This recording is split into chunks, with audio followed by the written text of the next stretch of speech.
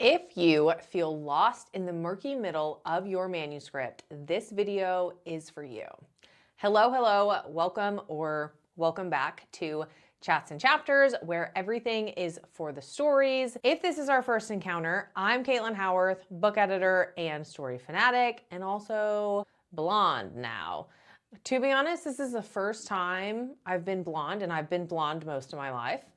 Okay? I've been blonde most of my life.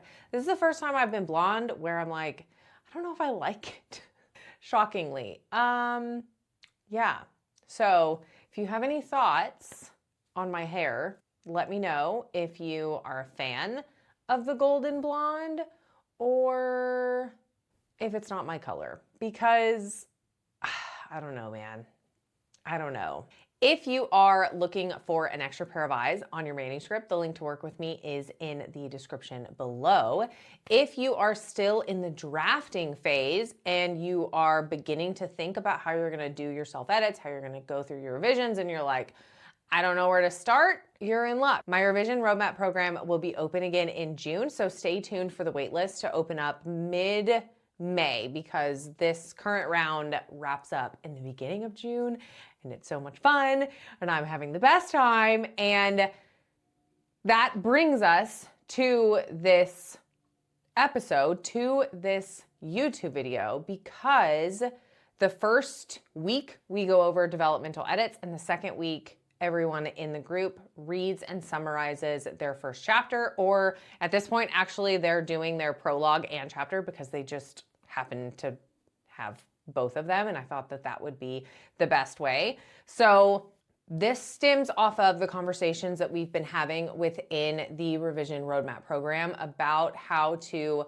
look at your story, look at your pacing in a simple way to see if anything is off, how to make your pacing solid, how to not have that saggy middle, how to not have the murky middle, how to make sure your story is starting where it needs to start, all of those good things. This is a simple way to nail pacing. If you are currently writing, this is a good way to nail pacing as you are currently writing. You can try to implement this going forward, or this is a good way to think about it as you're going through your revisions. No matter what type of story you're writing, this is going to help no matter where you're at, whether you are currently writing or, like I said, you're going through your revisions. This is the way you can piece together your pacing and notice if anything is kind of wonky, little slow, unneeded, too fast, all of those good things.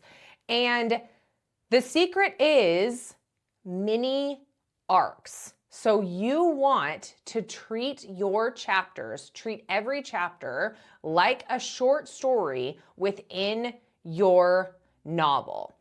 So essentially, within every chapter, you start out with your buildup, your introduction to what this scene, what this chapter is going to have, what it's going to bring to the table. And then, so you have the buildup, you have the exposition, the rising action of that specific chapter, and then you hit the climax, and then you have the resolution. So that happens in every single chapter. There are many arcs within your entire story that fit in the large arc of your story. And looking at your chapters this way gives you the ability to look at your chapters and to make sure that they build upon each other and that your story is consistently escalating, because that's the whole point of the main arc. You have your exposition, your rising action, your climax, your falling action, and your resolution. That's the whole thing for the whole story, and that you break that up within the chapters as mini arcs. So each time the tension, the conflict gets a little bit higher throughout the story, and you do that by breaking it up via chapters. So you also, when you're looking at each of your chapters, you want to have your main character make a choice in every single chapter so that they're being active and not just reacting to the world that's happening, to the people, to the elements, to the weather, this, that, or the other. They're active within the story, and this keeps the readers engaged throughout if they are continuously moving through, taking action, making decisions, instead of just sitting and waiting for something to plop in their lap or something to happen.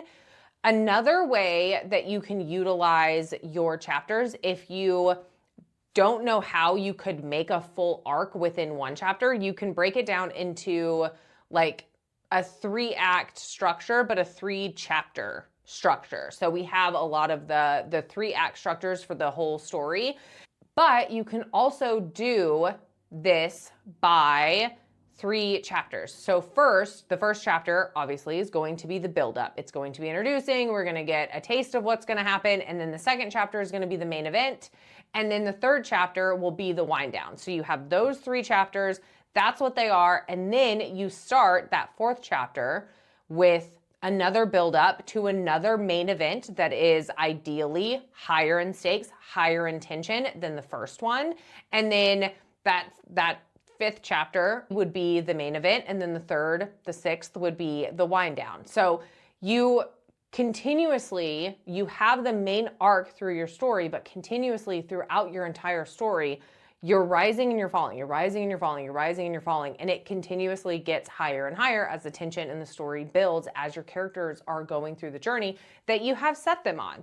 And that, I think, is one of the easiest ways to think about pacing, to get a good idea on if you have solid pacing, if you have unnecessary scenes, or if you need to add scenes. If you are continuously just having your characters do the same things, they're doing this, that, the other, sitting around, and then there's an explosion and then they react to it, they're not actively brainstorming or going out and searching for anything. This gives you a really good way to notice when you need to switch things up, and you can, if you want a quicker pace within your story, you can do shorter chapters if you're doing the single arc within one. And then if you want a slower pace, you do the 3-chapter arc, and that gives your characters and the readers a little bit of breathing room within that 3rd and 6th and 9th chapter. Like I said, pacing, developmental editing, that is what we go over first within the program. So it's been very top of mind. We've been discussing it within the program. It's been so much fun to provide different examples on ways that they can all go through their revisions. And I hope that this helps you within the training. I have a graph showing this exact method, but I thought breaking it down this way via chapters would be a really good information bite for you as well. So I hope you found this video helpful. If you did find it helpful and you would love a professional eye on your manuscript, like I said, you can learn more about working with me in the link below in the show notes, whether you're watching this on YouTube or you're listening on the Chats and Chapters podcast. Thank you so much for listening, and I will see you in the next one.